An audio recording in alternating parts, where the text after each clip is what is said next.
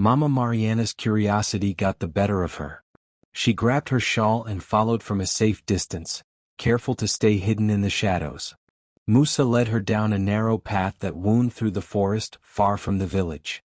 The deeper they went, the darker it became, until the only light came from the dim glow of Musa's lantern.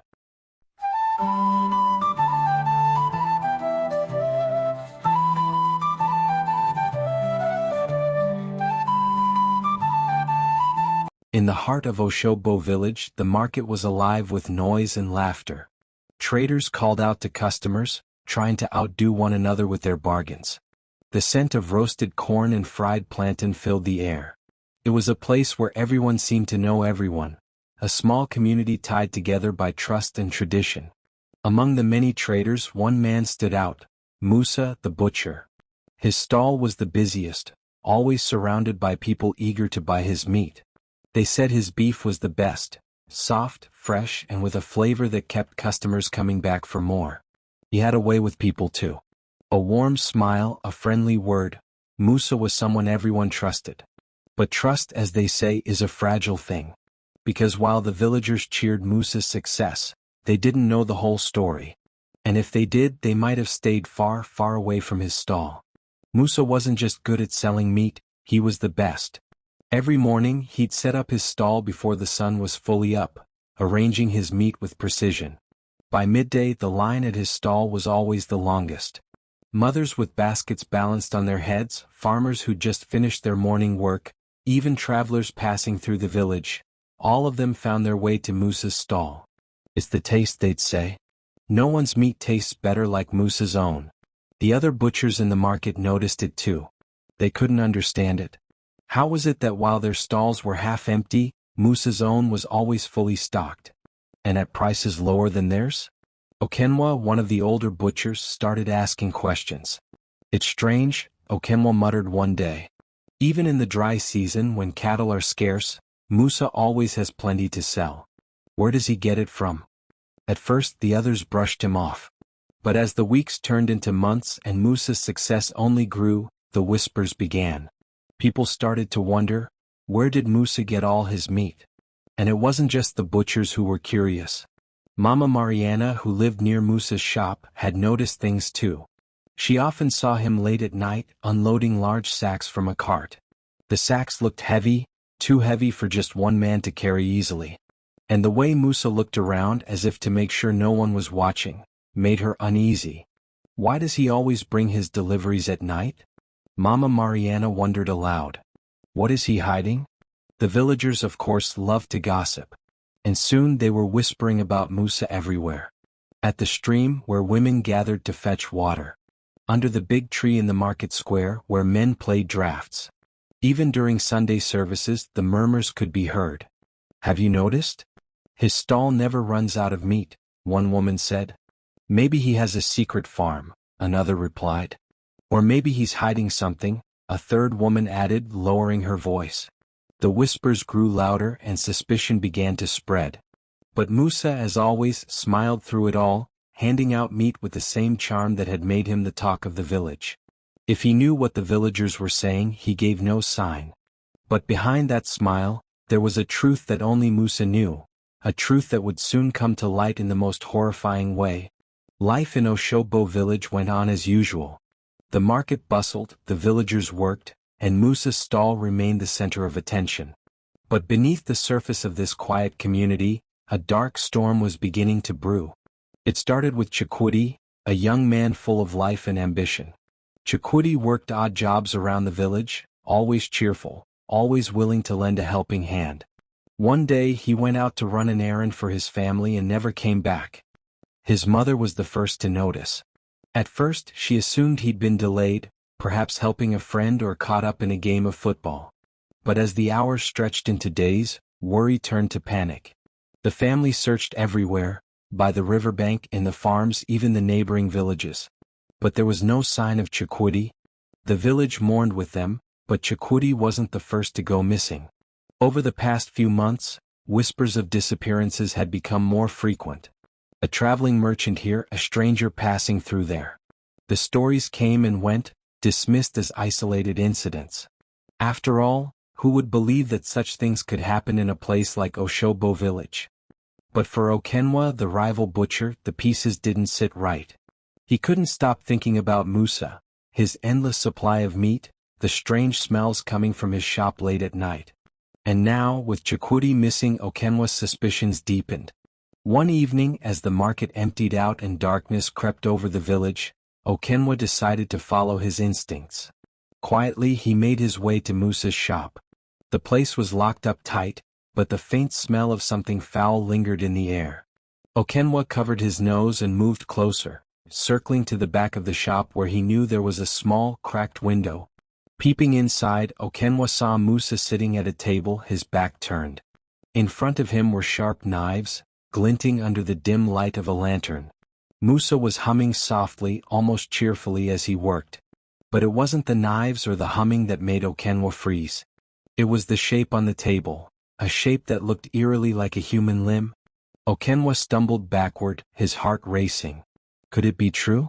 Could Musa really be? No, it was unthinkable. But the smell, the knives, the limb, it all pointed to something too horrific to ignore. For the rest of the night, Okenwa couldn't sleep. He kept replaying what he'd seen in his mind, trying to make sense of it. He wanted to tell someone, but who would believe him?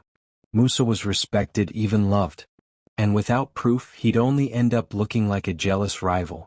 While Okenwa wrestled with his fears, Mama Mariana was doing some investigating of her own. She had always been suspicious of Musa, and the disappearances only fueled her concerns. Late one night, as she sat by her window, she noticed Musa heading out with a cart. The cart was covered with a heavy cloth, and Musa moved quickly, glancing around as if to make sure no one was watching. Mama Mariana's curiosity got the better of her. She grabbed her shawl and followed from a safe distance, careful to stay hidden in the shadows. Musa led her down a narrow path that wound through the forest, far from the village. The deeper they went, the darker it became, until the only light came from the dim glow of Musa's lantern. Finally, they arrived at a clearing. Mama Mariana hid behind a tree, peeking out just enough to see what was happening. There, in the middle of the clearing, was a group of strangers. Their faces were obscured by the darkness, but their movements were hurried. Musa began unloading the cart, passing the heavy sacks to the men. The way they handled the sacks, careful, almost reverent, made Mama Mariana's stomach churn. What could possibly be inside? She watched in silence as the men disappeared into the forest, carrying the sacks with them. Musa lingered for a moment, looking around as if sensing he was being watched. Then he too vanished into the night. Mama Mariana hurried back to the village, her heart pounding. By the time she reached her home, she had made up her mind. She had to tell someone. The next morning she went straight to the village chief. She recounted everything she had seen, the late-night deliveries, the strangers in the forest, the suspicious sacks. But instead of alarm, she was met with skepticism. Mama Mariana, the chief said with a weary sigh, Musa is a good man. A hard worker. Do you think he's the only one who trades with people outside the village? Times are hard. Maybe he's just trying to keep his business afloat. But I saw him. Mama Mariana insisted. With my own eyes. Something is not right. The chief shook his head. You have no proof. And unless you do, I can't go around accusing an innocent man. Let this be the last time you bring such talk to my door. Defeated, Mama Mariana left the chief's house. But deep down she knew she couldn't stay silent. Something terrible was happening in Oshobo village, and whether anyone believed her or not, she was determined to uncover the truth. 4 days, Okenwa couldn't shake the image of what he had seen in Musa's shop. The suspicion, the fear, it consumed him. He knew he had to act. But this time he wouldn't rely on gut feelings alone. He needed proof. Proof that no one, not even the village chief, could deny. Late one night, as the village slept, Okenwa made his move. Armed with nothing but a small torch and his resolve, he crept toward Musa's shop. The air was thick with tension, the silence broken only by the occasional rustle of leaves or the distant howl of a dog. As he reached the back of the shop, his heart pounded in his chest. He forced himself to stay calm, knowing one mistake could cost him his life. The shop was locked, but Okenwa had come prepared. He fumbled with the rusty lock until it clicked open. Slipping inside, he was immediately hit by the overwhelming stench of raw meat. But this was different, sour, almost metallic. He covered his nose and pressed on, moving toward the back room where he had seen Musa working before. And there it was. The freezer. Large, ominous, and humming faintly in the darkness. Okenwa hesitated for a moment, his hand hovering over the lid. He knew that whatever he found inside would change everything. Taking a deep breath, he lifted the lid. The torchlight revealed the truth. Piles of meat neatly wrapped, but these weren't ordinary cuts. A hand, a foot, a face frozen in a lifeless expression. Okenwa's stomach turned and he staggered backward, barely able to keep himself from screaming. He had found what he was looking for, but now the real danger began. As Okenwa turned to leave, the door slammed shut. Musa stood in the doorway, his silhouette illuminated by the faint moonlight. "So," Musa said, his voice cold and steady, "you've been snooping around where you don't belong."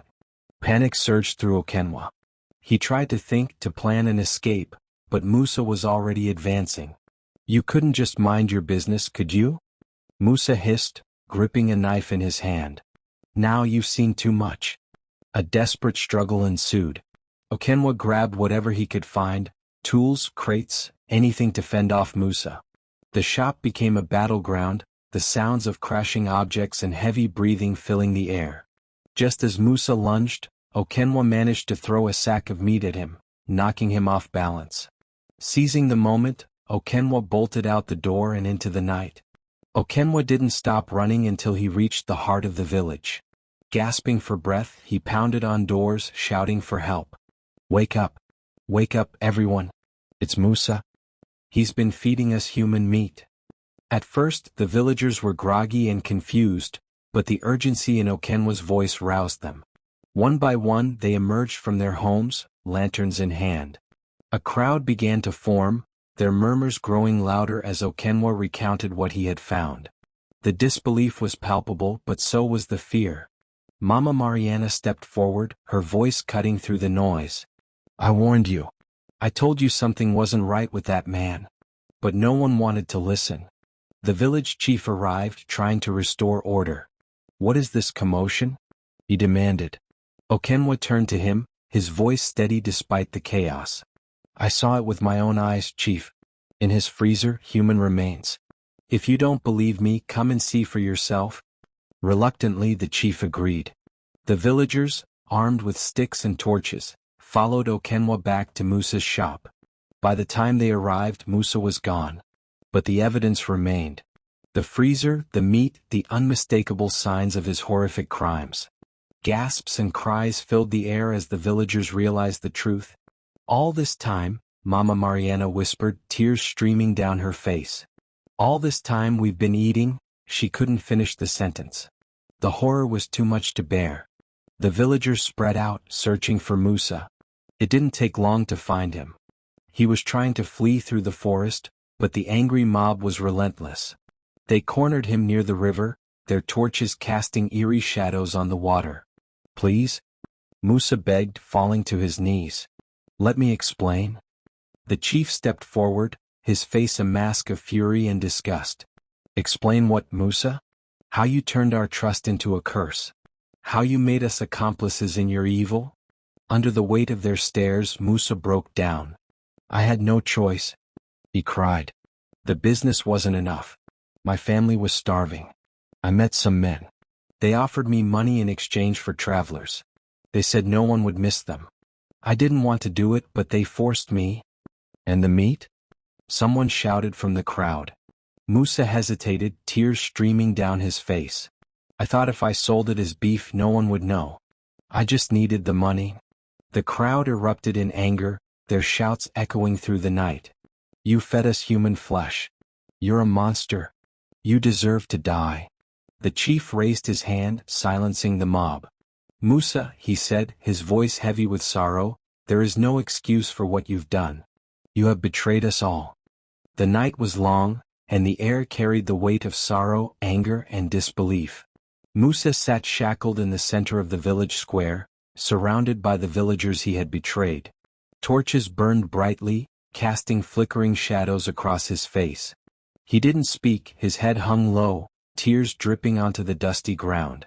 The village chief stood before him, flanked by Okenwa and Mama Mariana, their faces etched with a mixture of relief and sadness.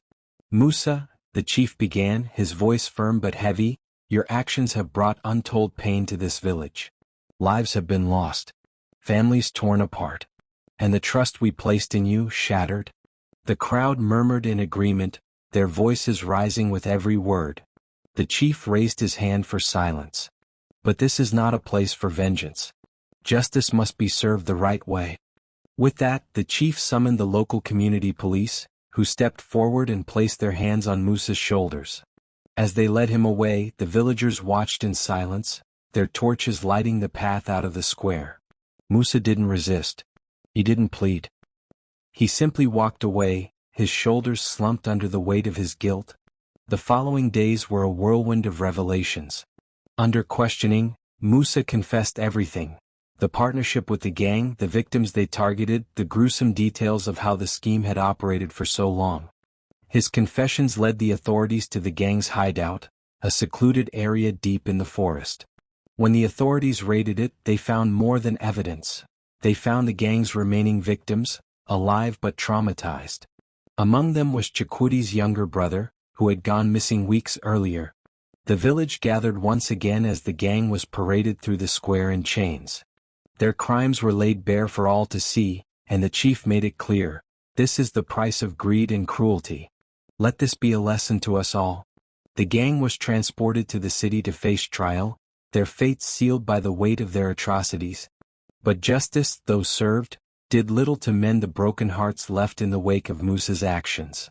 The villagers held a memorial service for the victims, their faces somber as they gathered at the communal grounds. Names were called, Chikwudi's and the names of others who had been taken from them. A candle was lit for each soul, their flickering flames a solemn reminder of lives cut short. Mama Mariana, her usually vibrant voice now subdued, stood to speak. "We were blind," she said, her voice trembling. "We were blind to the truth even when it was right in front of us. Let us never ignore the whispers of suspicion again. Let us protect one another as a community." Okenwa too addressed the crowd. "It wasn't easy to step forward," he admitted, his voice tinged with emotion. "I was afraid of what I might find, afraid of what people might say. But doing nothing would have been worse. We owe it to ourselves, and to those we lost, to stand for what is right no matter the cost." The villagers erupted in applause, their respect for Okenwa and Mama Mariana now unshakable. They had saved the village from a darkness that could have consumed them all. This story reminds us that greed blinds the heart, but no evil deed remains hidden forever. The consequences of unchecked ambition are grave, but the courage to uncover the truth can bring healing to even the deepest wounds. My viewers, if you were one of Musa's customers, if you had unknowingly bought and eaten his so-called special beef, what would you do after learning the truth? Would you feel anger? Disgust? Betrayal? Or would you search for ways to ensure such a thing could never happen again? We'd love to hear your thoughts. Share your answers in the comments below. Thank you for watching. Please consider supporting our channel by subscribing. We love you all. See you in the next video.